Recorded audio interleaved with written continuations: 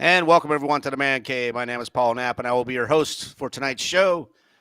This is season number 2, episode number 11. And being that it's Monday, Angelo, you know what that means?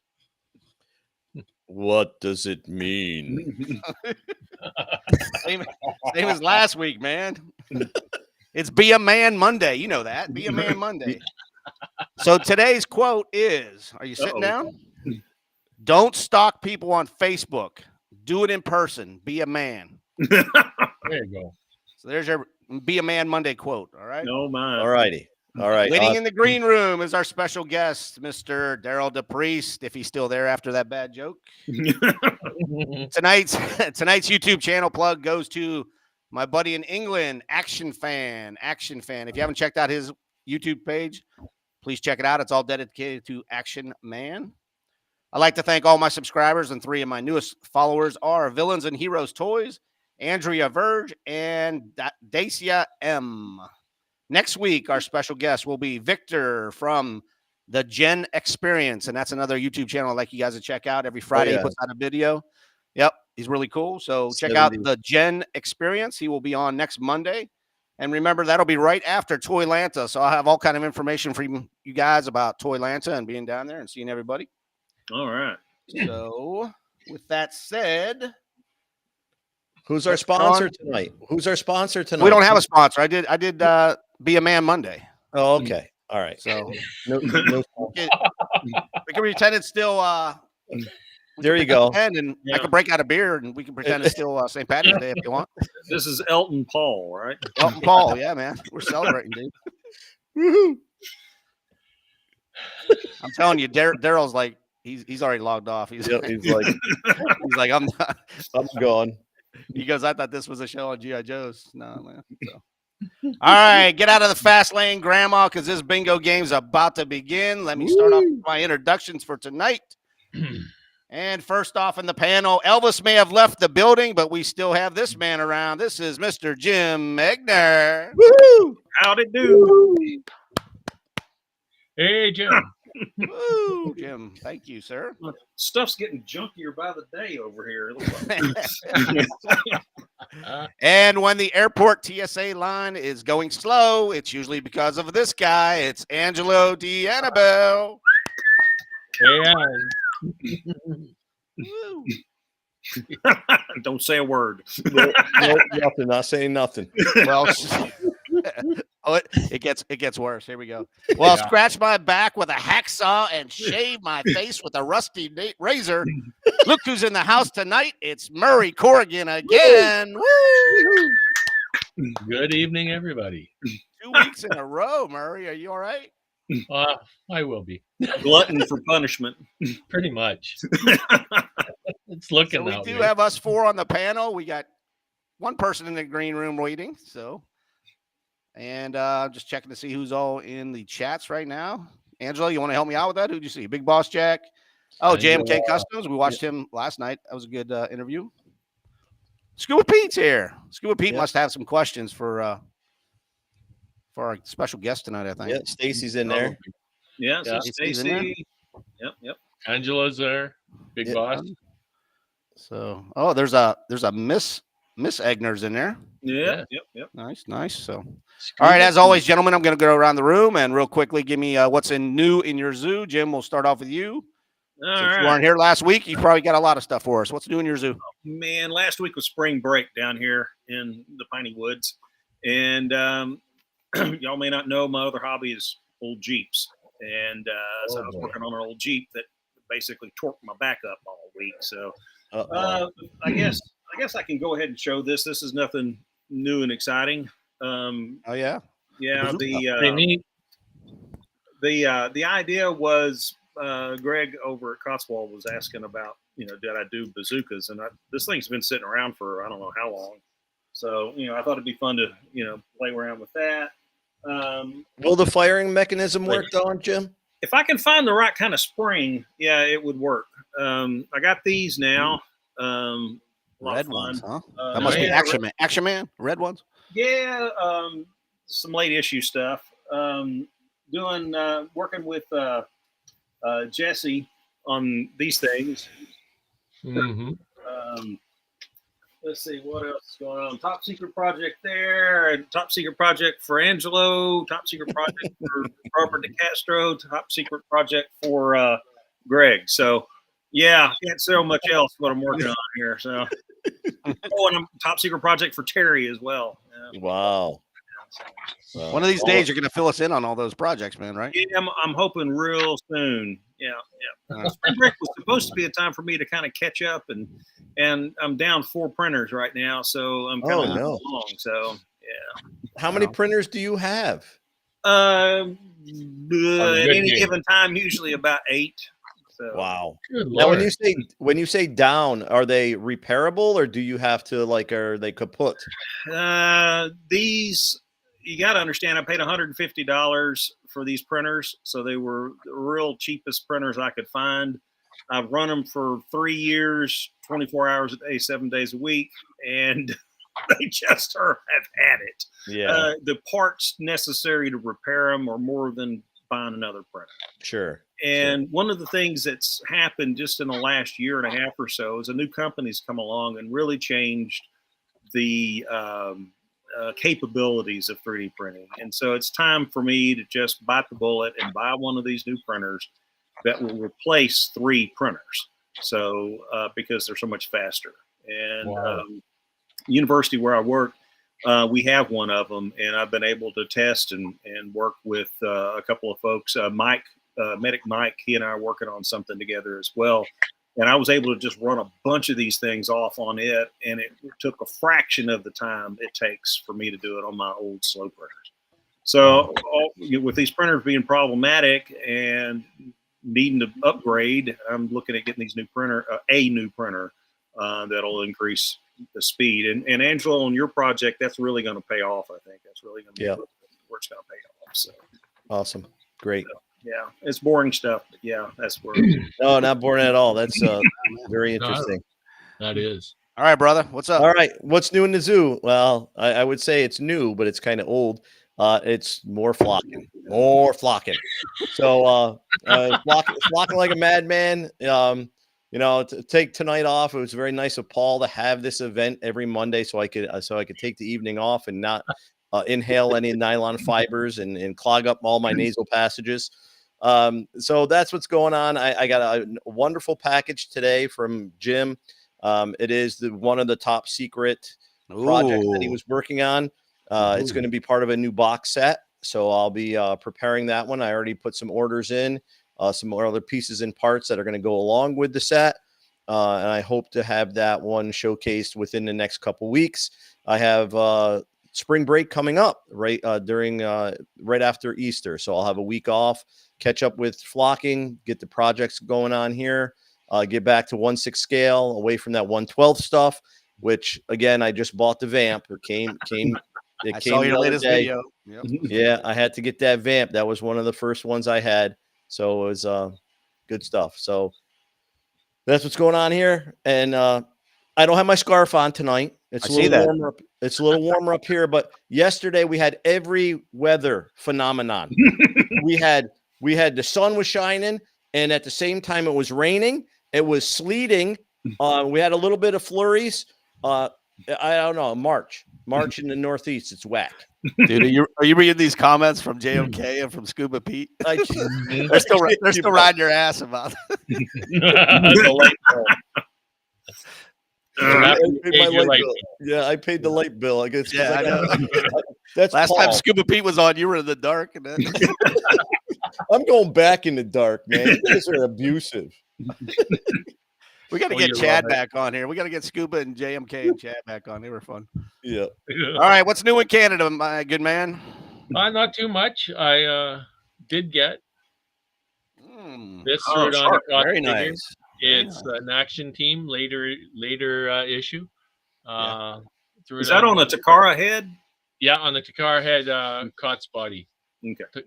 Yeah. I'm thrilled. I bought one years ago and I decided to wash the jacket, and the blue bled like crazy, and the gold is no longer gold. Live and learn. Yeah. Oh, and I contacted the gentleman you gave me his name for last week, and He's going to come on in April or early May. Excellent. He said his wife's pushing him to get out and do that. So he said it'll be his first time doing an interview, but he's willing to do it. So I said, okay, well, that's good. Oh, Long that's overdue. Yeah. So He would be great at that. But other than that, nothing else new. Just keeping up. all right. All right. And I can see the fan club's beginning, right? Oh yeah, I got that book somewhere. You know. I know. Like Derryl, needs any more,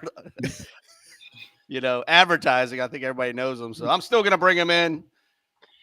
We're not going to keep him in the green room waiting any longer. So this man needs no introduction, but I'm still going to give him one anyway. Uh-oh. Once he gets in his seat. Oh no, we got another ace. He's there. Hey, get this. He's a neuroscientist, a curator, a historian, and an author. However, many of you may not know that he once swam the English Channel, wrestled a grizzly bear, and gave Chuck Norris karate lessons. This is Mr. Derryl DePriest. Hey, guys. Glad to be here. Wow. You're a tough act to follow. They never say. What a resume you have, sir. That's right. Hey, John Micklig's in the house. All right. Hey, Yeah. John. Now, I have one question before we get started on the real questions, okay? Yeah. Because I know this has been on my mind, and I'm sure it's been on a lot of people's minds, and the only person that can probably clear this up is you. Are you ready? Sure. The basal ganglia and the encephalons, are they part of the cerebellum, the spinal cord, or the cerebrum? I've been wondering about that for a while now. Well, basal ganglia is a real thing. What was the second thing you said? The encephalon, are they part of the cerebrum, spinal cord, or cerebellum? I think they are they're intrinsic with the midichlorians. And it's almost impossible Oh, you're going, hey, this is a G.I. Joe group. This is not a Star Wars group. You can't go that route. Dude. Oh, please. Hey. All right. Well, you are a neuroscientist, so you should know the answer to that. I was a neuroscientist. That would have been my career before I got some key pivotal advice from vice president of marketing at Hasbro. Oh wow. And that changed the entire direction. It was the best advice I've ever gotten. And I like to give it, pay it forward whenever young marketers or anybody really who wants to get into the toy industry asks me, how to get in. So when did that happen? What year was that? Yeah. So I was in grad school for 5 years working on a doctorate that I never finished. So I have my master's in neuroscience, but my original intention was to get a PhD and do brain research and be a professor at a university somewhere. And then I think during my time in grad school, this was in Rochester, New York. This is in the late 80s, early 90s.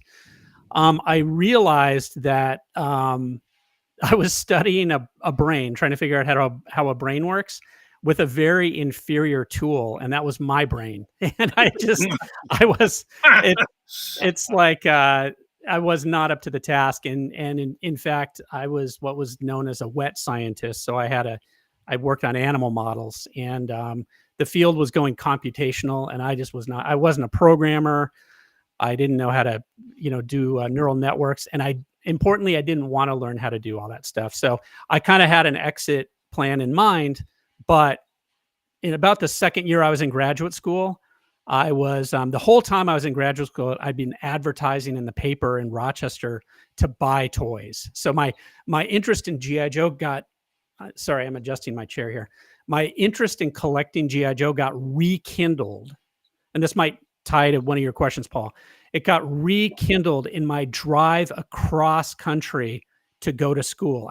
I stopped in antique stores and bought a G.I. Joe. I still remember it very vividly. It was an air adventure for $18. Sea adventure for $18 in a secret rendezvous outfit. That was my first one. And on the way across the country, I must have gotten a couple Foot Lockers, maybe 10 Joes.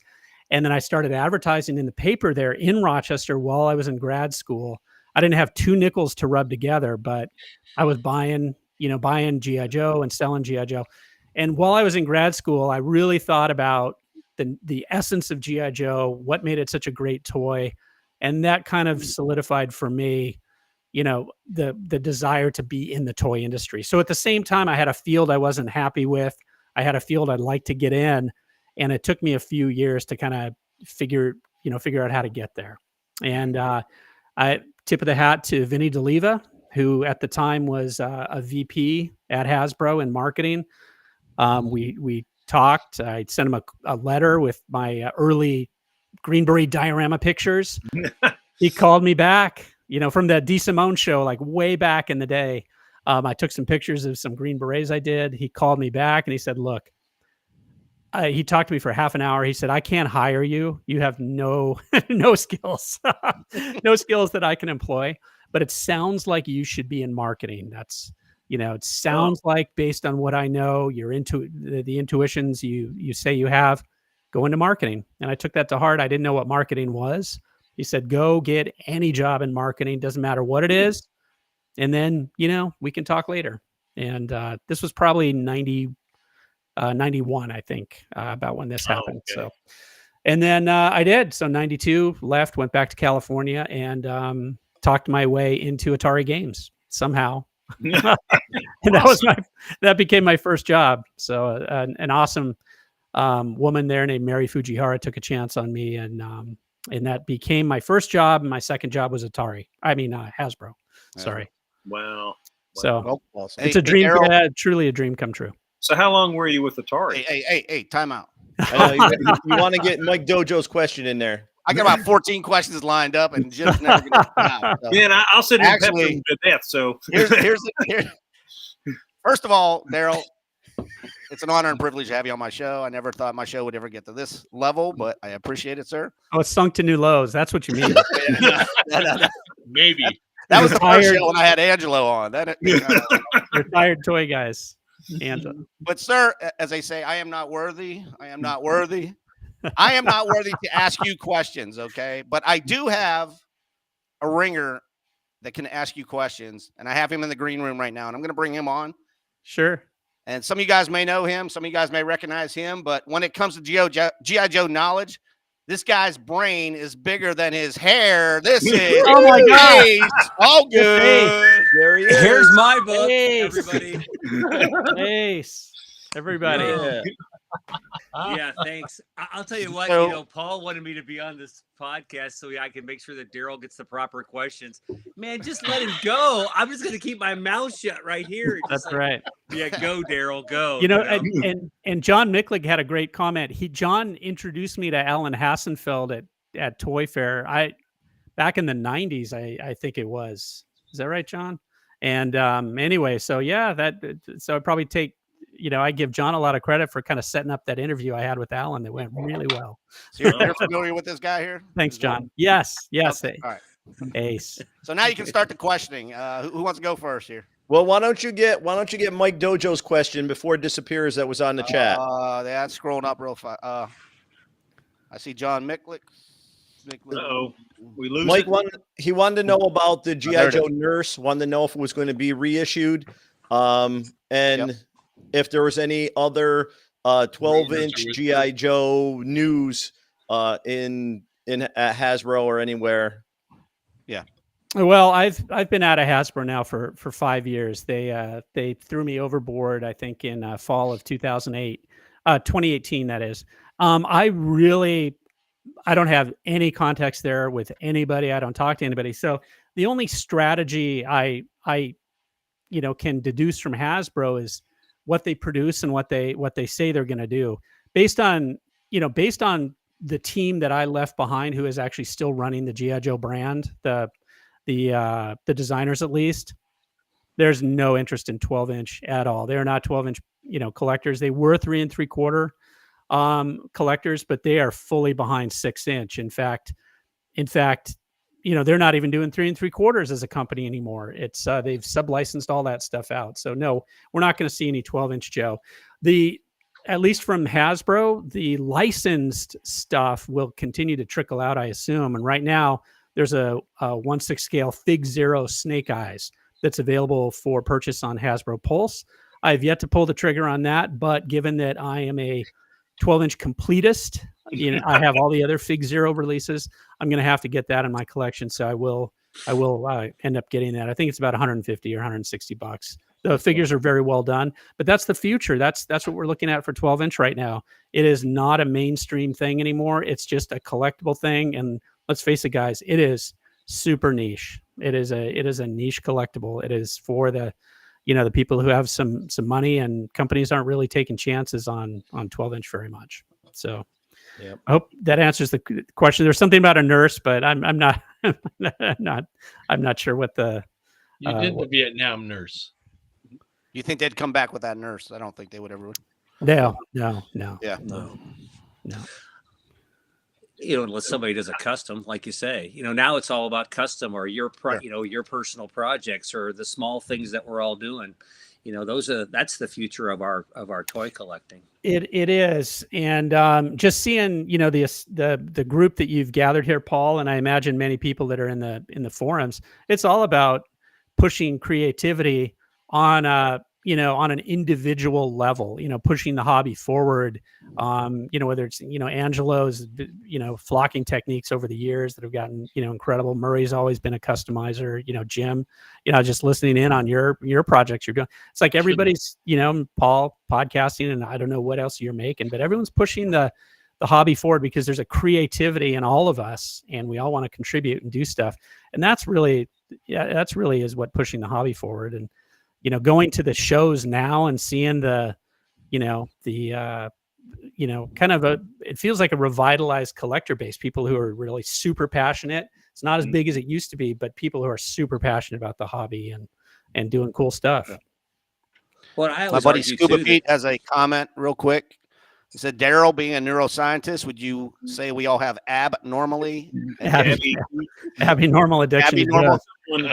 Yeah. Well, I often thought, like, if I didn't get a PhD in neuroscience, I would go back and be a socio-psychologist or something and try to figure out what is with the addiction of collecting. So I've always been fascinated by it. And, a lot of people have written books on, what is it about collecting? And you could say it goes back in our DNA forever, ever since we've been hunter-gatherers, right? I mean, gatherer is in the key word. We pick up things and tools and things we need for our survival. And,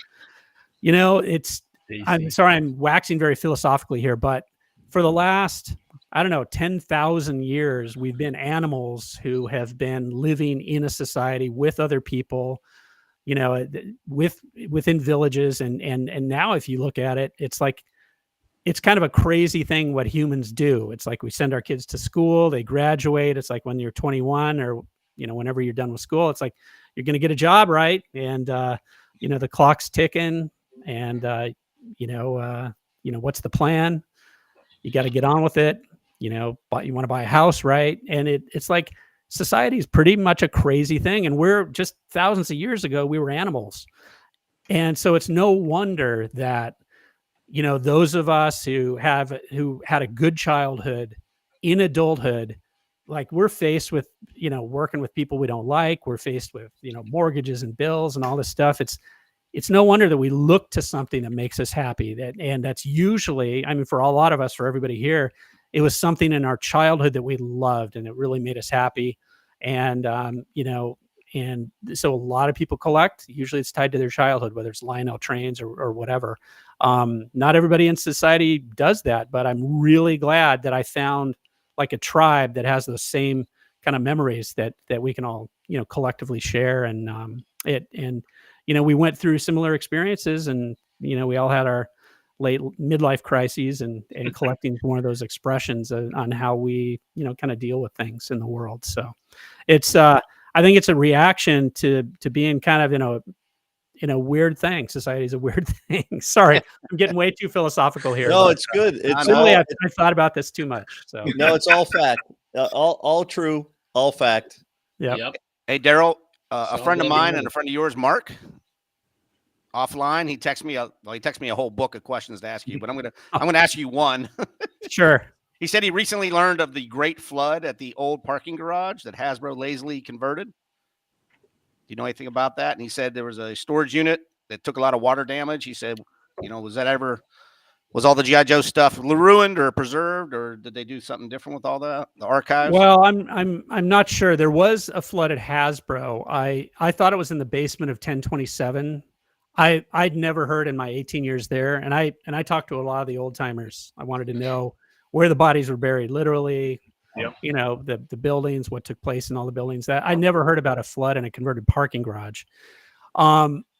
Unless it was their first stab at the Hasbro archives. So let me tell you two things that could be related to this.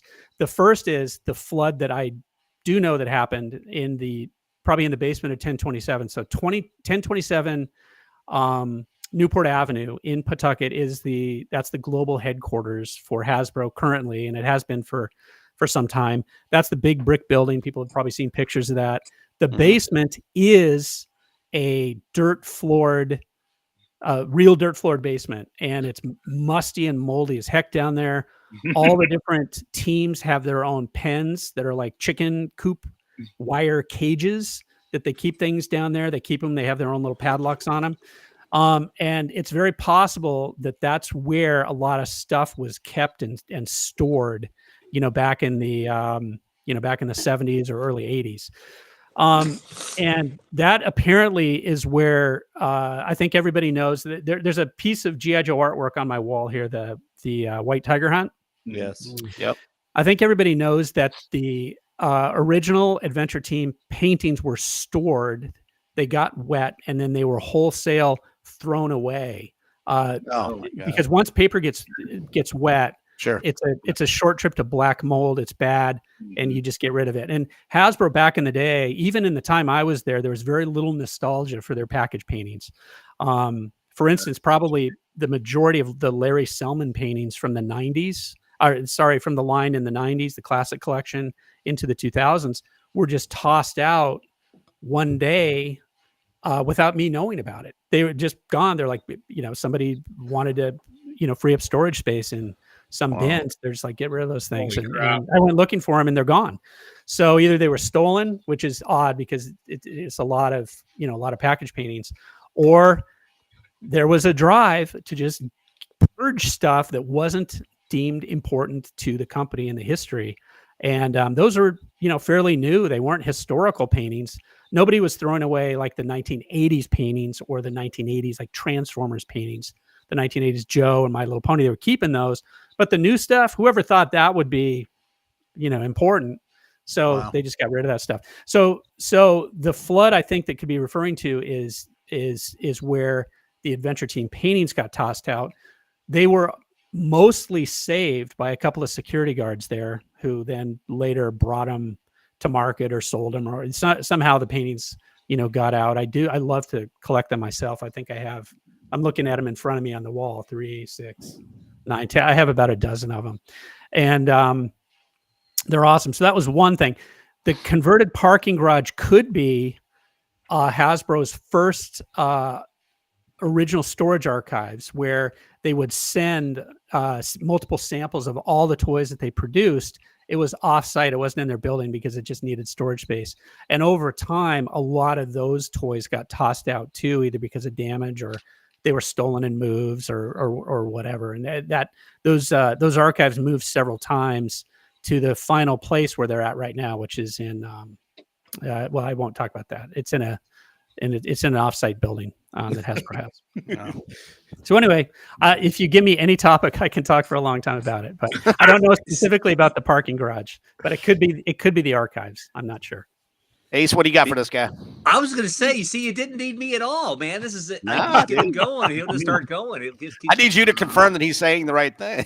Oh no, he's saying the right thing. Is he lying to us? Is he lying to us, Ace? No. I've heard the whole floating, and I've heard that those 90s paintings were either stolen. I know Larry pretty good, and those were, technically I think owned by him, and they got thrown out. And so even that some of them that got sold, the money's not going to Larry. They'll occasionally pop up on a auction or something like that. But anyway, well, back to Derryl. Hey, Derryl, I want you to tell us a little bit about your book. You made the true, what everyone kind of calls the Bible. I mean, we are all showing our picture of when we got on. We've all got this thing, and how did you?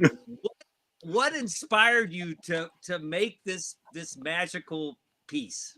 So I never even thought about writing a book, but I was incredibly good friends with, especially with Tina Windler at Cotswold. So I was friends with Dick and Tina from like pretty much almost the very beginning, and we just had a good spark, a good relationship, and they would kind of engage me periodically in ideas. As a matter of fact, at one time they asked me to be involved in the company. Pretty much what the position that was offered to Greg, they wanted me to come in very early on and kind of set up the catalog, help them run that.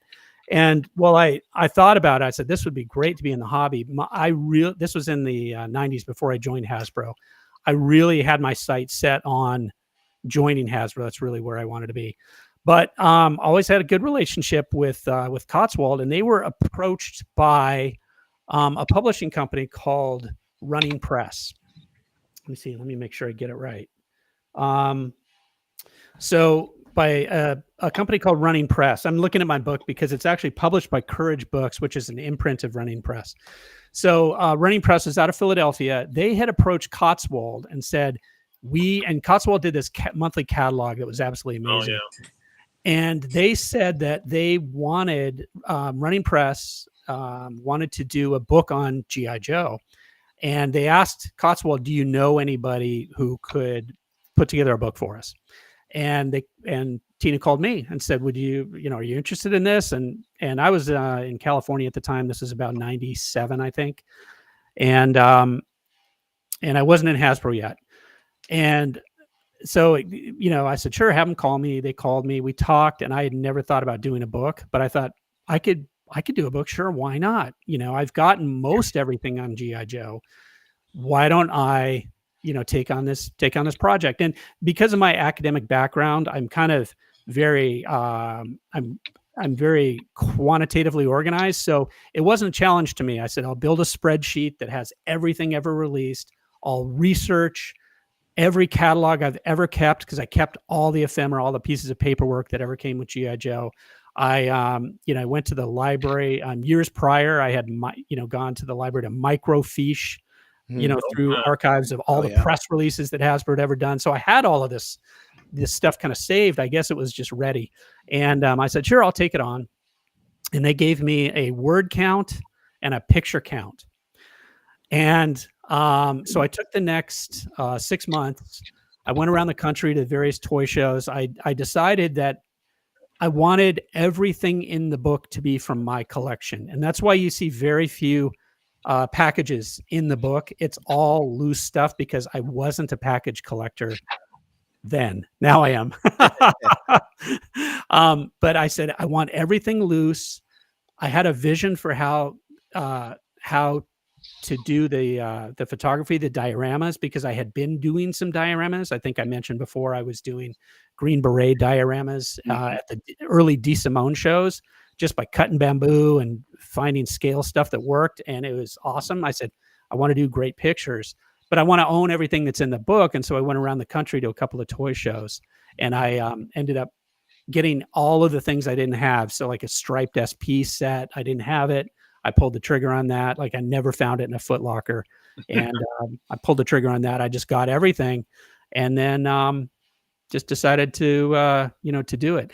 At the end of the day, I think Running Press gave me a word count. They said they wanted, initially like 20,000 words. So I wrote 20,000 words on the book, and they said they wanted 125 pictures. So I delivered 24,000 words or something like that. And I delivered with my photographer, Kurt Fukuda, who did an amazing job. We couldn't decide on the pictures. We just decided to send all the pictures we had to them. They could figure out what would go in the book. And we sent 250 pictures. Oh my. Wow. So don't count them right now. They came back and said, okay, the pictures are incredible. We love those. Your words are good, but the pictures are unbelievable. We're going to use every one. There's not going to one we're going to leave behind. As a result, we're going to cut your book from the 24,000 words I had down to about 12,000, I think is what's in the book. And they said, but you don't need to edit it. We'll edit it. And I'm really embarrassed to say, if you know, as I read through it, it's like, I'm like, oh my gosh, I actually wrote that. I'm like, because every other this set was great. You know, it's like, this set was awesome. This was so cool. And a lot of the context I had in there for like the sociological things or what was going on in pop culture, they whacked a lot of that out, and it just left it seem like I'm like, oh my God, G.I. Joe's amazing. Like every set was so great. And and it wasn't originally like that. So someday maybe I'll have a longer text. But you weren't wrong. It has more. Right. But the amazing thing is that my vision, and let me tell you, Paul, I don't know if you got Kurt on. Are you going to surprise me?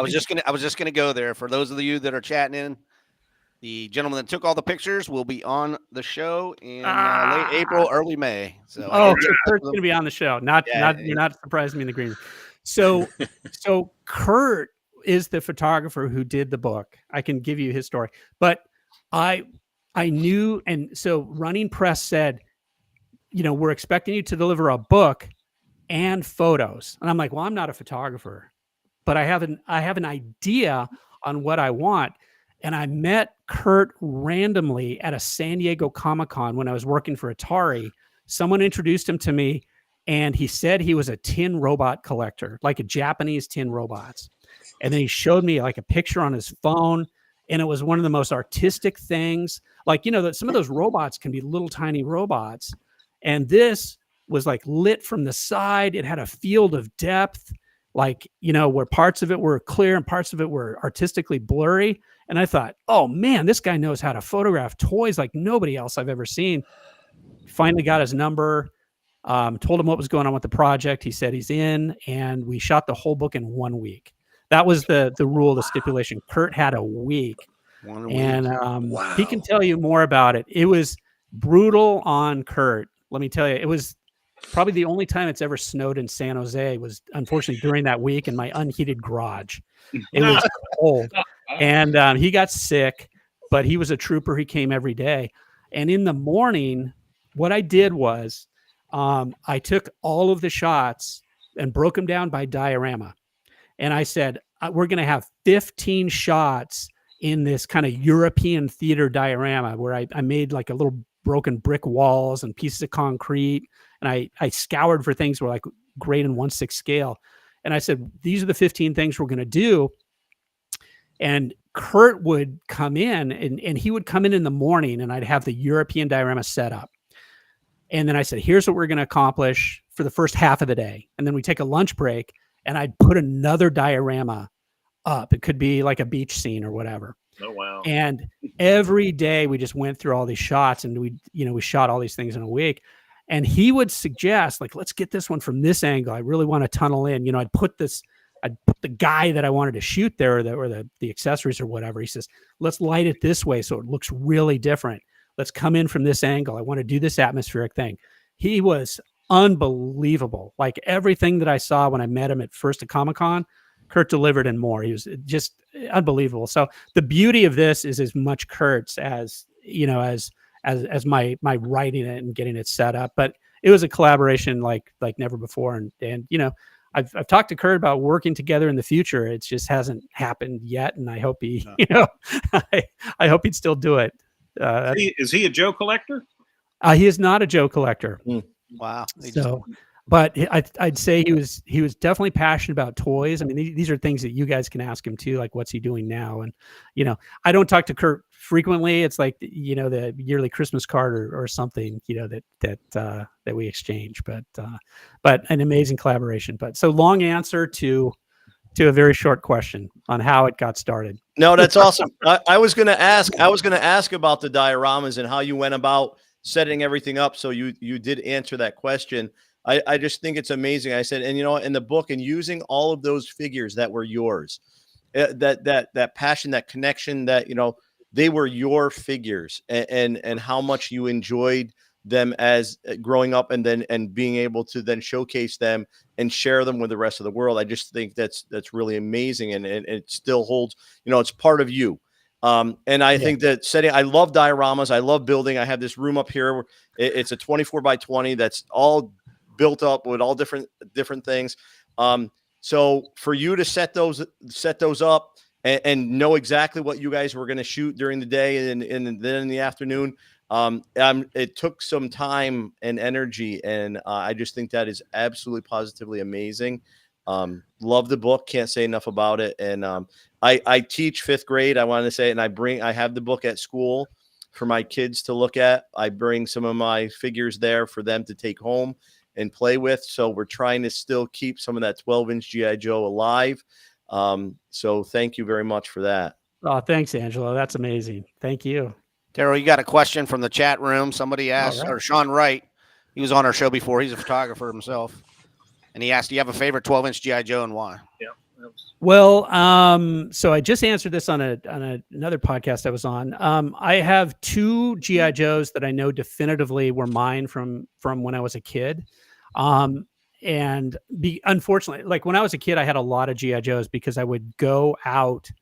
It was a great time to be a kid, an adventure team kid, especially in the 70s, because all the kids who grew up in the 60s with their Joes were like selling them for lunch money, or for gas money or whatever.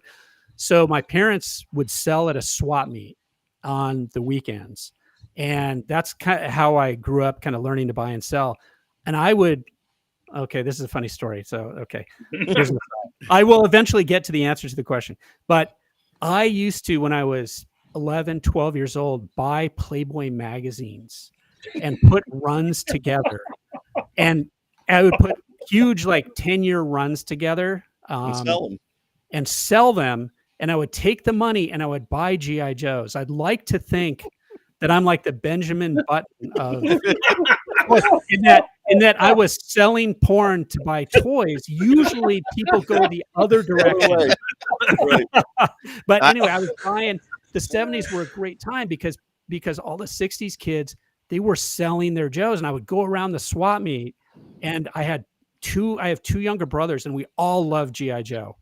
None of them have their GI Joes anymore. They all ended up with me, but we loved GI Joe, and we were super competitive. So we would go around and whoever found the Foot Locker had the triumph of the day. And every weekend we would bring GI Joes home. When I was a kid, by the time I kind of put my GI Joes, let's say put them away, when I was in high school, beginning of high school, freshman of high school, I kind of tucked them all away, and I thought, I'm not going to play with them anymore. I'll get back to them someday. I must have had 45 Joes, like when I was a kid. Oh, wow. So a lot, because I was buying them for a nickel. There are 2 GI Joes I still have. All of the rest, unfortunately, have been mixed in or sold over the years or upgraded. I didn't tag them. I don't know what they were. So my 2 original guys are a guy that I got at a church rummage sale for a nickel, who was completely wrapped in masking tape.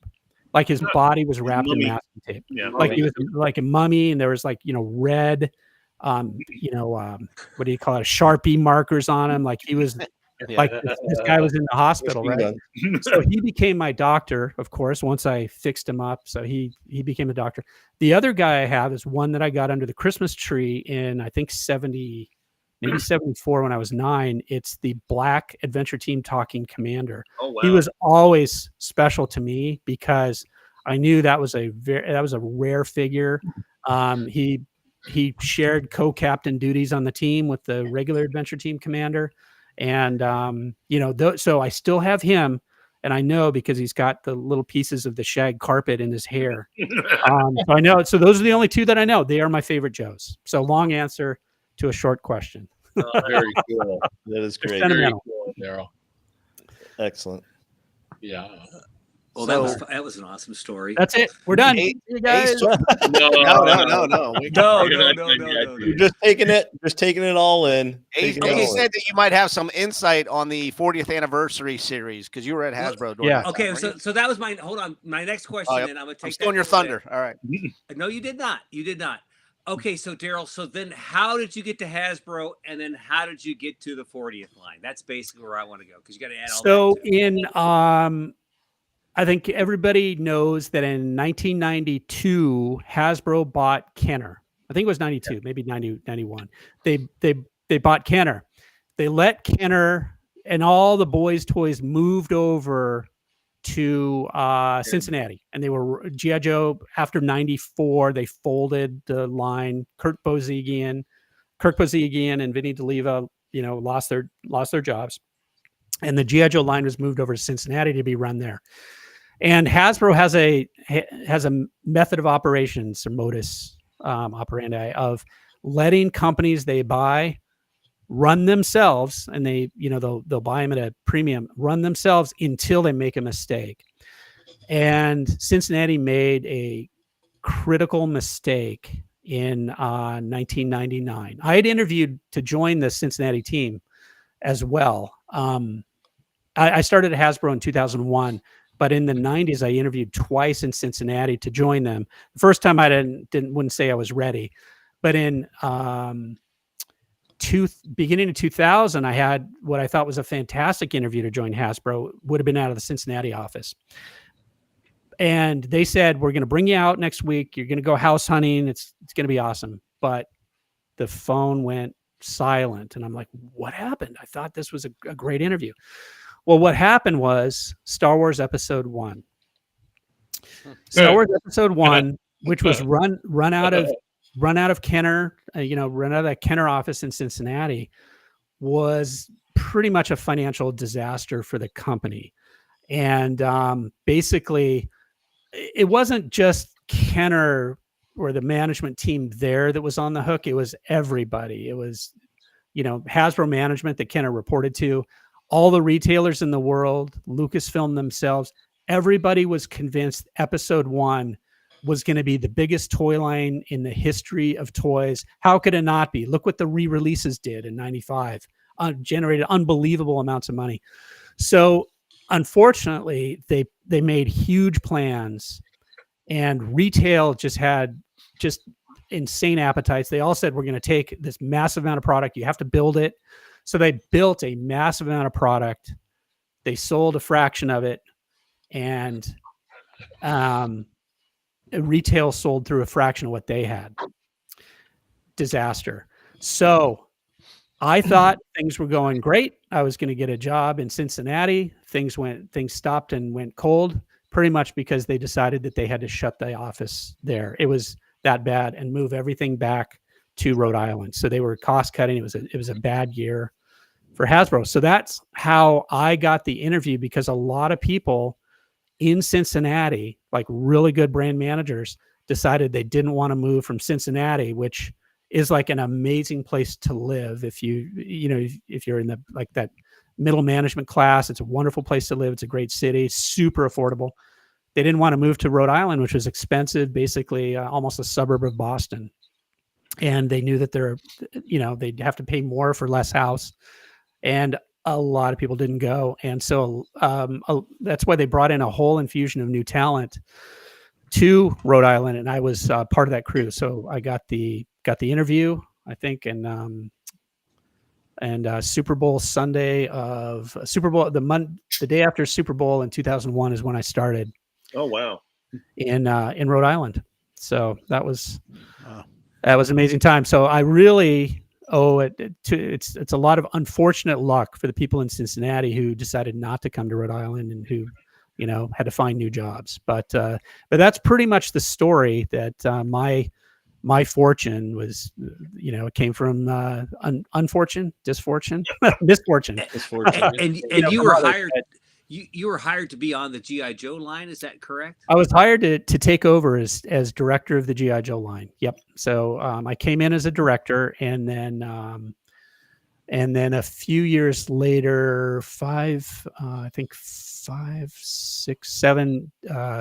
years later, I think I was promoted to vice president, and took on different responsibilities too in the ensuing time. I think for the 18 years that I was at Hasbro, I was over the G.I. Joe brand pretty much continuously except for 3 years. Two of which were the 30th anniversary GI Joe line. I think it was the 25th anniversary, when they restarted with really good articulation, the 3 3/4 line in, I want to say it was probably 2007. I was given GI Joe again. I fanned the flames. I kind of shut down Sigma 6 and told them to do more of the 25th line. And then I was not over the brand through the Rise of Cobra, so the first movie. And then pretty much after that, I had GI Joe continuously after that. They kept giving me GI Joe back, even though I had other responsibilities to attend to, because nobody seemed to want to to head up the brand, that much. Those were pretty tough times. Oh, I can imagine. I mean, how it's changed over the years. Well, go back to when you first started and think about what you thought about the 40th line and what your vision for that was and how you saw that coming and what you thought about that. So my goal, let me start back a little bit further, Ace. And it kind of ties into, I always tried to manage my lines with an understanding and an intuition, and ideally based on research whenever we could, of an understanding of what fans would really like. So and I sat through, a lot of meetings and worked with a lot of people who literally said, we're going to make this and they better like it or not. Right. And it's like, this is the design we're going to do. Doesn't care what, that it's not that articulated or it doesn't look beautiful. This is what they're going to want. Right. And my belief was the opposite. It's like, wow, for 3 3/4 GI Joe, we really have to understand what the fundamentals of this line here are that people really love about it, and make sure that we build around that. We bake that into the product. That was an idea that was not shared by people. There was a lot of hubris, I will say, of the teams I worked with, and that led us to some real missteps. So to answer your question, Ace, kind of two big motivations for me were one, relaunching the 3 3/4 line, which had been dormant, and I won't say entirely dormant. There were a few store exclusives out there and a small line of like these flame package figures, but there was nothing really new. They were just paint applications on the line. So I said, we're going to relaunch 3 3/4. We're going to get behind it in a big way. We're going to advertise it. We're really going to build it out. And the target was both kids and fans. And that's the strength I thought I really brought to the brand. I have like an intuitive understanding of what makes things fun and interesting and unique and would be great for kids. I wanted to marry that with something that fans would really like. Unfortunately, with the 3 3/4 line, we made some big mistakes. And that was where I'm talking about, kind of the hubris of others. We came out with a new articulation, a new 3 3/4 figure that I knew fans weren't going to like. It was not built on the classic O-ring design, which I thought was one of the sacred cows of the line at that time. Of what fans really loved in the Joe of the line, and basically the design team to a person said, no, we're not going to do that. We're going to do what we think is like a better figure, and it was not a better figure. So I learned a hard lesson that way.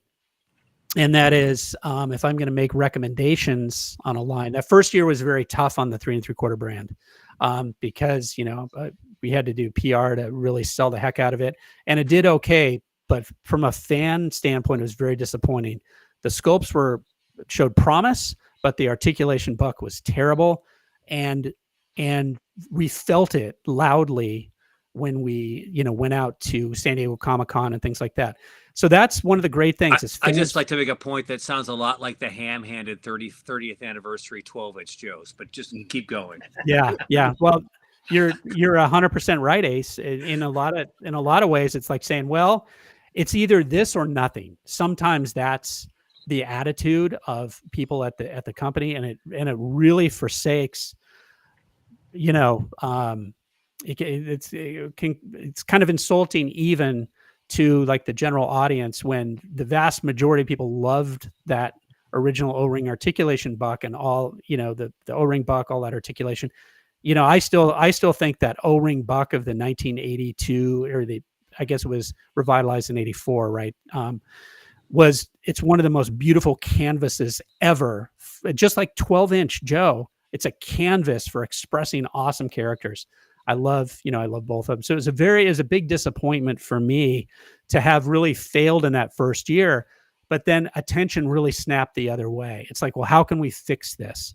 And that's when we brought in a young designer from who had started in Cincinnati, a guy named Dwight Stahl, who has headed up Marvel Legends for the past, 15 years. Dwight came in, he said, we're going to do it right. We're going to go back. And we made incremental improvements, in some cases drastic improvements, and some great figures for that time. But, my great regret was we just didn't start off on the right foot, even though the intuition was there and the fan input was there for the line.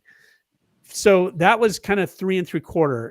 One of my great desires was to relaunch the 3 3/4 brand. The second was to make sure that we continued to evolve the 12-inch line, which had been the classic collection line, and really keep that going. And I really felt working with Greg Ettore, an amazing designer, and Nick Langdon and Jack Farah, 2 other designers who were dedicated to G.I. Joe at Hasbro. They, gave him more resources. I wanted to do more vehicles, go crazy with the Willis Jeep, and do a ton of stuff like that. And really, they did some amazing work. I feel that, the 2002 to 2005 12-inch figures are unbelievable figures. Yeah, they are awesome. Outstanding. They are just so good. Absolutely amazing. On the other side, we had to keep costs low and keep things affordable.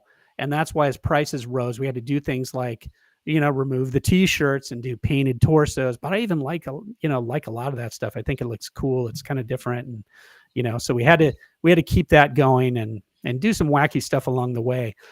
But I thought while we were advancing really the state of the art with those highly articulated Joes, the super articulated, figures, that we were missing something around, an opportunity. And I took that opportunity around the 40th to, propose, why don't we go back and reissue in a way that the 30th Joes really didn't get right. Reissue true, back to the original thing, back to the original vintage 64 line.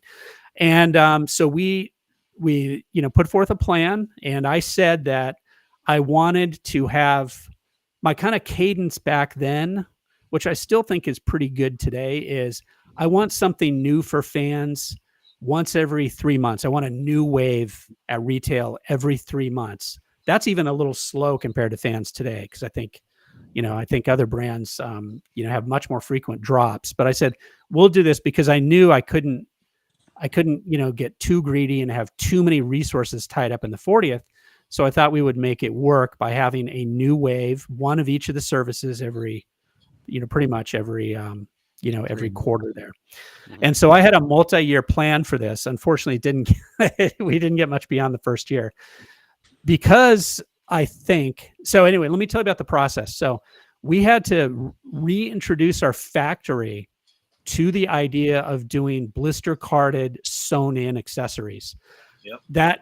When we first talked to this about them, and I think I sent over one of my accessory cards that I had, vintage accessory card.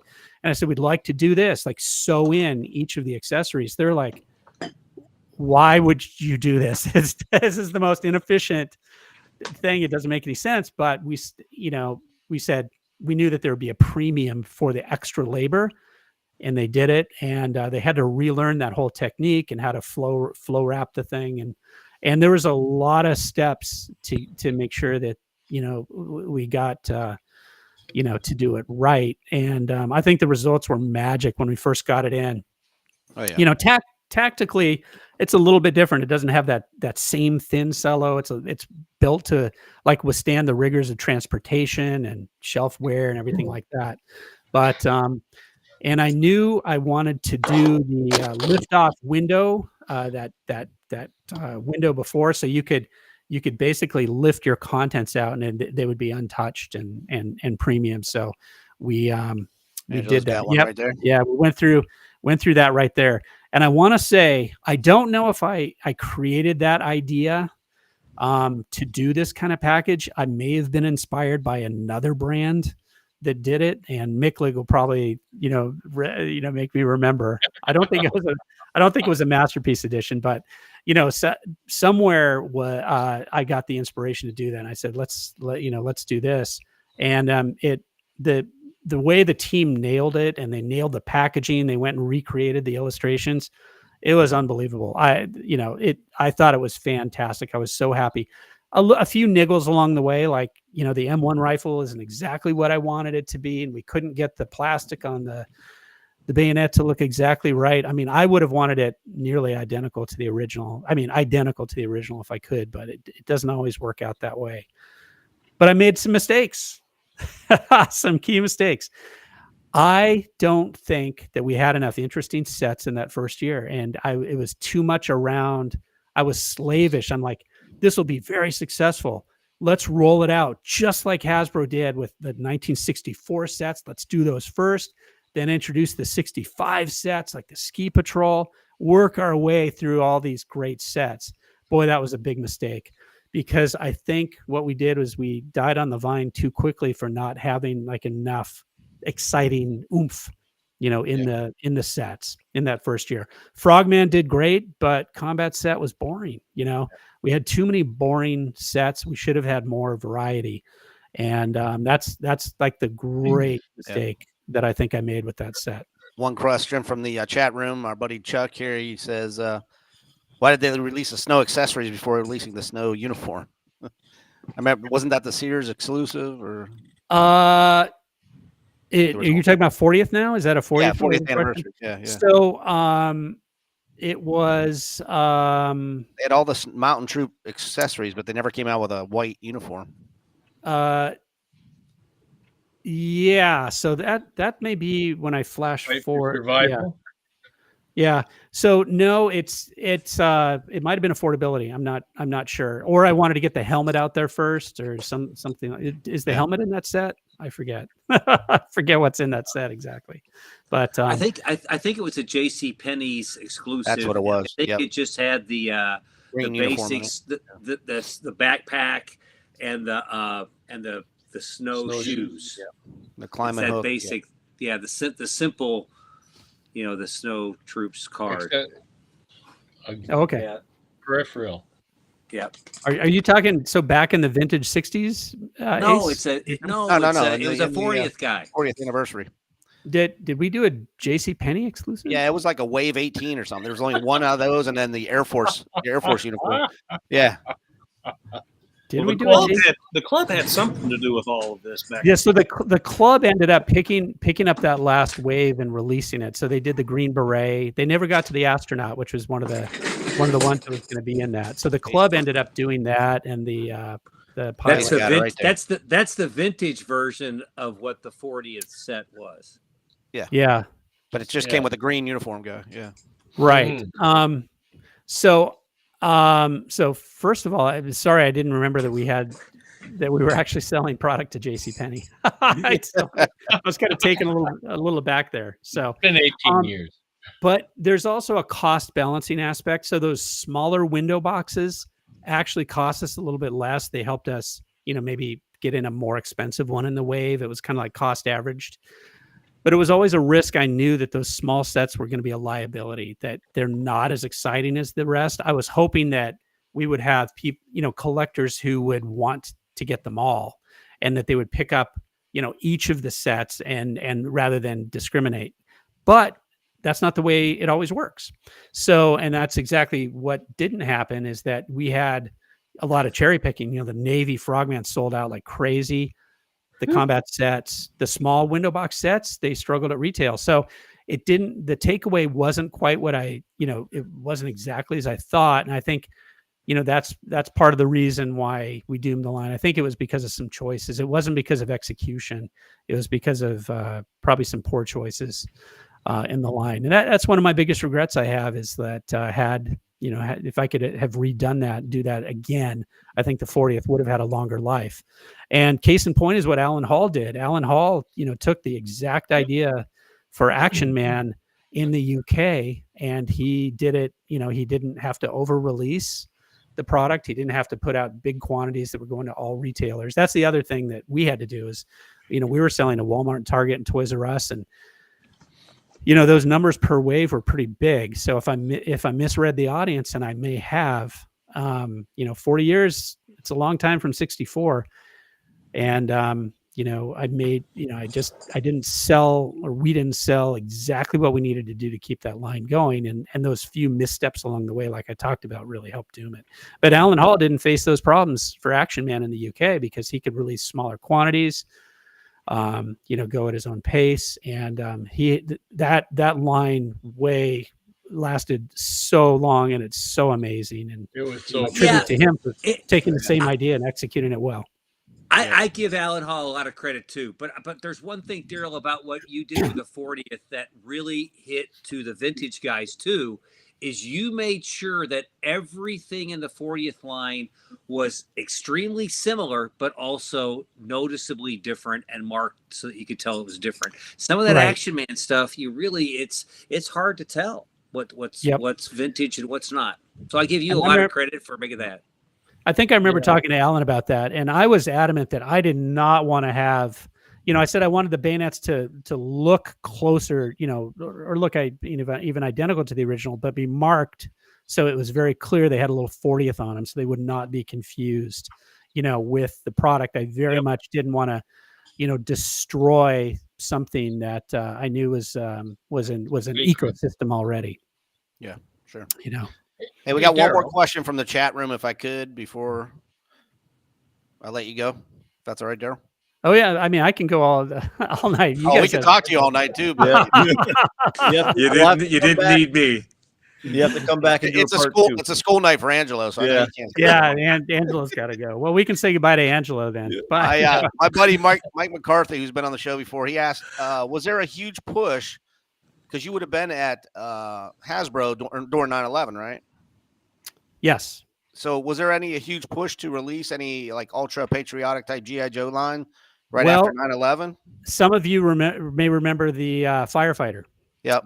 Figure. That was actually on the water when 9/11 happened. It's not, we got criticized later for having that firefighter figure on the shelves a month after 9/11. People thought we were opportunistic with that. Oh, wow. We were not. That was just the most amazing coincidence, and that figure became a symbolic, tribute to the heroes of 9/11. Mm-hmm. But we did not talk about deliberately pursuing anything, in particular related. Like we had had firefighters in the line, and we just said we're going to continue to do firefighters in the line. We're not going to go out of our way to, to do anything in particular. But what we did do was we made, we wanted to increase our focus on current military forces. We had been doing World War II, a lot of World War II tributes up to that point, because, we had the Pearl Harbor tribute collection, and then we had the D-Day honor collection. So we wanted to go into the future and make sure that we were that we were really highlighting the forces of today that were doing the work. So that's where we had the special operations forces that crossed a lot of different boundaries. So we didn't do anything out of the ordinary to kind of chase that, as you would probably say in the industry, to chase a trend. But G.I. Joe did upswing because of what G.I. Joe represented. So the brand was bigger. We could do a few more things, take, more chances on vehicles and things like that than we had, than we did before. So 9/11 gave us a tailwind. And we had also proposed, I think, putting the flag at the top of the package to Walmart before. And so you guys may know that we followed in 2002, we had the flag at the top of the pack. And people also thought that was reactionary. But if you guys know how toys work, you're planning and pitching your lines and your new branding. And we wanted new branding every year to make it new and the brand feel new and fresh. We're pitching that, up to 18 months before to our retail partners. And so that line was in the works, for a long time before it debuted too. So it may look like we had opportunistic things out there, but we weren't chasing anything. Instead, we were, making sure that we continued to have the same focus we had, but, we were able to do even more things for Joe. All right. Do we have time for one more quick question? What's the one thing that you wish you would have made that you didn't make? Sorry, Angelo. I don't apologize for me. This is wonderful. I would stay on all night. So I wish that the 40th anniversary had a longer life. Ace, truly, I wanted to get to some of those sets that were the Breeches Buoy. Those freaking, I love Breeches Buoy. I have so many Breeches Buoy sets. They were close to Breeches Buoy. They had the prototype and the painting done. Yep. Wow. Yep. We had that done. I wanted to eventually get to, the striped SP and all that stuff. My regret is not having, say, another year to really execute on plan. I really wanted the Air Sea Rescue. That I thought would have been one of the most amazing sets, to have out for the 40th. So those are some of my big regrets. Otherwise, my other regret was not really handling, I guess, if you want to say that, or convincing the design team at the time when we initially launched 3 3/4 on what I felt was the right thing to do. Instead, I was a lone voice in a room. I probably would have been fired had I said, we're making a mistake, guys, through a hissy fit and histrionics. Instead, I kind of rolled with it. But I do have regrets that I wasn't able to convince more people that we were making mistakes at the launch. So kind of self-imposed mistakes, and also kind of, you could say, learning mistakes on my part. Regrets, I have a few. I got one real quick question. What's your favorite thing that you did when you were at Hasbro? I have a lot. I had a phenomenal time. I'd say 15 of those 18 years were probably fantastic. The last 3 years were a little tough. I think I was in a position I wasn't that comfortable with, working on pretty much the Hollywood properties, not getting a lot of direction on, things, but interfacing with the teams that were trying to make movies out of our brand. So, working on the second G.I. Joe film. Actually, I recruited Dwayne Johnson into the role of Roadblock in G.I. Joe. That might be my highlight, is going down and meeting him and his team, and saying, I think, you're the perfect person to play this part that we have envisioned, and, and helping bringing him on board. But that's just a fun aside. I would say it's anything I launched that people enjoy. It probably took me 14 years to realize what my true purpose is, or what my mission statement is. And so, Angelo, you could probably appreciate this a little bit, but I would always struggle on the board. Hasbro had their own mission statement for a company, and it was, their mission is to make the world a better place for kids and their families. I thought, well, that's a pretty big, lofty mission if we can make the world a better place. But it's a little far removed from the business of toys, because it touches on philanthropy. It touches on a lot of stuff to make the world a better place. You could do that a lot of different ways. Being a teacher is one of those. I would say, thank you very much, Angelo.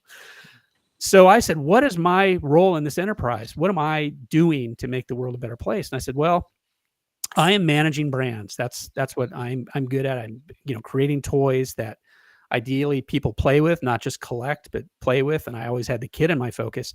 So I came up with my own mission statement and my purpose.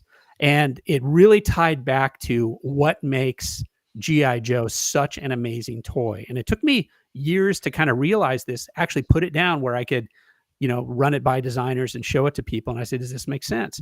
And it's basically, G.I. Joe for us was a toy that we played adventures with, right? And those adventures weren't scripted adventures unless you were, redoing an episode of Combat, or you were, doing Force 10 from Navarone. That's totally legit too. G.I. Joe could do that. But for the most part, we were creating our own adventures, giving our own guys names, unique names, could be inspired by relatives. We were creating adventures. There is no toy for boys like G.I. Joe that's ever been created, and then now G.I. Joe is unbelievable. So my mission, as I figured, I kind of went back, I said, what was great about G.I. Joe? What's great about my childhood? And I said, really, we're making toys that we're making things that empower personal storytelling. I said, holy wow, that is my mission. I am making things that people are going to play with, tell stories with, explore imaginative spaces with, and hopefully have the same lifetime of great experiences that I have. I said, there is nothing. Wow. I'm like, that is an unbelievably important thing I'm trusted with, is to make these things. That unfortunately came near the end of my time at Hasbro. So I wasn't able to really socialize that and drive that, through the organization. But I believe if that was more felt from a deep level, like, how do we inspire play in everything we do? And I believe that more people would be in a better place in the toy industry. Definitely. So anyway, so it's empowering personal storytelling came to be my mission statement, and that's I felt over the course of my career I feel good about that. So that might be the Jim. I think you asked the question. It's like that's what I feel best about, is like I was able to introduce a lot of amazing things that I hope got played with and formed those amazing memories. So it's kind of all of it. Very cool. Very cool. Thank you. Yeah, Murray, I know you're bravo. nipping at the bud for one question, man. Murray? Murray. I just wanted to Breach's Boy is out there. It's Perilous Pursuit. You did the Yes, the Timeless collection. Timeless, and also the Timeless was Fight for Survival. We got the Snow Troops. Yes. Yeah. Right there on the with the That's dog true. sled. Johnny Boyce did those in design. Yep. Yeah. Yep. Did a good job. Brought them all He did home. it. He did a great job. I know you know Stacey Hey, Armstrong. He Yeah. he said we got to get you on again. Dude, I can't afford to have Derryl on again. This is costing me an arm and a leg already. The check is in the mail, Derryl. I just want to let you know the check is Hey, in the mail. Daryl. All right, Daryl, guys. I'll hang out anytime. Hey, no. Hang on one second. Oh, Hey, yeah. You're not done yet, Daryl. Nobody gets off my show without doing trivia at the end, brother. Oh, trivia. Okay. Ace had to do it twice. Kurt Bozigian did it. I mean, so you're in it, man. Neurosurgeon, Right? Let's do it. All right. And I was gonna do neuroscience questions, Oh but then my I thought, Glad you changed your mind. Yeah. Thank you for not putting me through that. Ace, but then got I heard back you were to a comic book fan. Is that true? Or Yes. Yeah. More of a DC fan, but I do enjoy the Marvel Cinematic well, Universe. So the way we do the trivia is we go around 3 times. Everybody gets 3 questions. This is just true or false. So 50-50 shot here. Okay. Okay. Oh, We're gonna start with Jim Egner at the top, and we're gonna work our way around. You'll be last for round 1. Okay. A chance to flunk again. Well, hey, We'll 50-50 be in shot. good man. All company, right. Jim. All right, your first question goes to Jim. The first modern comic book printed in 1933. True or false? True. That is true, sir. You are correct. Murray, the Oh, Human no. Torch was one of the first characters from DC Comics. True or false? It's bizarre enough. It's got to be true. That is false, sir. That is Marvel. Well, that's Comics. what I expected, but yeah, Actually, not Marvel. It's Timely Comics. Yeah, Timely. Switch, right? Before Marvel, Huh? pre-Marvel. Angelo, Peter Parker lives in a cruddy apartment on Christie Street in New York City. Sure. Better you than me. True. That is true. That is true. Oh, you bum. Ace, Famous Funnies is considered the first true comic book published by Eastern Color Printing Incorporation. True or false? True. That is true. Yes, sir. And to round 1, Derryl. This ain't right. It just happens to come to you because I know. Well, okay, I'll read it. Comic-Con started March of 1975. That is false. That is false because I saw you on a video before, and I know you were at the very first one or the second one, weren't you, or something like that? No, my first one was 76, and okay. and it was the sixth one, I think. Yeah, it says here March 21st, 1970 was the. Oh, wow. There you go. That's There you funny. All right, round 2, Jim. Uh-oh. Oh, God. Superman was Elvis Presley's favorite superhero. True or false? True. That is false, sir. It was Captain Marvel False. Jr. We're all- It was Nicholas. It was Give your own for 2, baby. Nick Cage's favorite superhero, who kind of is Elvis-like. Yeah. That's true. Almost plays. Let's see. Joe Chill killed Thomas and Martha Wayne. True or false? Goes to Murray. Joe Chill. Yeah, I think we're gonna go true. It is true. Good guess. Sir. No. That is true. Angelo, who knows the evil that lurks in the hearts of men was said by the shadow. True or false? True. That is true, sir. Yes, sir. Raymond Palmer's alter ego is the Green Lantern. True or false, Ace? False. That is false. It is the Atom. You are Good correct. job, Ace. Good job. Red-colored kryptonite is not harmful to Superman. True or false? Well, that's a matter of favorite. interpretation. It will not kill him, but it will change. It will turn Superman to any number of wacky, strange forms. So harmful to the psyche, yes. It won't kill him though. No true false answer here. All right. Wow. I'm going to go over the rules again. It's true or false. Okay. Let's say No backstory here. I'll say true. They have false. They said white is not harmful. Well, red's not gonna kill Superman, so I don't know. I didn't know there was different colors of it. So. Yep. Yeah, green and red I knew of. But Yep. Blue kills plants, or white kills plants. Ace, we're going to be drinking a beer over this on the weekend. When I see it. Gold kryptonite's bad. That removes all powers from Superman, so you watch out for that stuff. Last round, going to Jim. Loki man. is a species of the frost giants. True or false? Yes, true. You got one, brother. all I got right. 2. I got 2. Oh, you did? All right. I'm keeping score.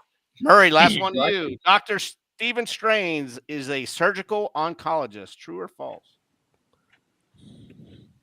He's a surgeon, but is he? I don't think he's an oncologist.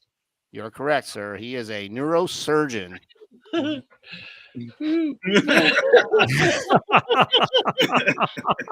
Angelo, last chance, brother. In Ant-Man, Darren Cross unsuccessfully shrunk a rat. True or false? False. It was a sheep. You are correct, sir. Ah, Ace. Oh, here Last it one is. to you, Ace. Why, Aqualad. why did he have that sheep? I'm not going there. Did he have boots too? Aqualad was the sidekick of Aquaman. Yeah. Aqualad. I'm gonna say true. It is true. Did he Yes, have sir. Velcro mittens? Is what I want to know. He was a Mego figure. Yeah, he did. The Green Have an accent, Goblin too. was the first supervillain of Spider-Man encountered. True or false? Now, again, Ooh. comic books. I see. It wasn't a Marvel comic reader. I'm gonna say false. It was Supercharger, the living battery. You are correct. Oh, Huh? good. And I have one bonus question to whoever gets it, and they will Oh, get no. the free Dairy Queen for a month. Who was the first superhero ever? Mighty Superman. Mouse. No, Bullet Man. no, sir. Bulletman. Bullet Man. Oh, Atomic Mike. No, not Atomic Underdog. Well, we Underdog. knew it was an atomic. I Mike. want Mike. I figured Daryl would know it. I want to say Superman, but I may be wrong on this one. No, you got to think older than Batman? that. Captain Nobody. Felix the America. cat. Not the Yellow Kid or some weird thing like that. They said the Phantom. The Phantom. That would make Oh. sense. Yeah. If he was Oh, a serial- okay. I'm still Not going with Felix the Underdog. cat. I'm going with I'm Felix not- the cat. Who knew, Ange? Hey, Derryl, once again, it's been an honor and privilege to have you on my show Hey. tonight. I'm going to bring you up real big here, sir. And if you just want to tell people where they can find you, maybe if you got a YouTube page, a Facebook page, channel of some sort, I maybe really maybe don't. what conventions you're going to this year, they can hook up with Yes, you. I'm going to a lot of toy shows. So I'll be at Toylanta this coming weekend. I think, Paul, you'll be there as well. Yes, sir. Ace will be there. And then I plan to go to the Louisville Toy Show in July. I'll also be at the DFW G.I. Joe show in June, where Todd Pleasant and I are going to reprise our adventure team seminars that we did, that has all the amazing research we did into the creators, the people who worked on the adventure team. Recommend seeing that. And I'll continue to be at shows. So hope to see everybody at one of these shows. Amazing That's so shows. Awesome. Wish I could be there. I can't. You have to see Daryl's talk. It is utterly amazing. This whole adventure It team thing is. that he and Todd do totally blow you away. That's fine. sure, Oh, Since I last want to time. give you one highlight. So we didn't get to talk about what my, favorite G.I. Joe possession is. And this is the original head sculpt for the lifelike Joe body. Wow. From 1975, and this is part of our presentation as well, Todd and mine. And I was able to get that from the original sculptor, Carl Cederholm. Cool. Cederholm from the bought it from his son. So I was able to take that estate and uncover some amazing things. So Nice. Awesome. Nice. we'll have more in Dallas. Yep. My buddy here, Chad, he just checks in. Dallas, Fort Worth. Everybody's going to be there. DFW. He also There you has a live stream show I was going to talk to you about, too, to get you on his show as well. So Sounds good. we'll Love make it. we'll make you famous, talking- Derryl. We'll make you famous, bro. Already We'll talk is. with you, all you guys. Everybody have a good All night. right. Have a good week. And I will see you next week and bring you highlights from Toylanta this weekend. All right. Thanks, Thanks, See you there, Paul. everybody. Thanks, Have a bud. great night.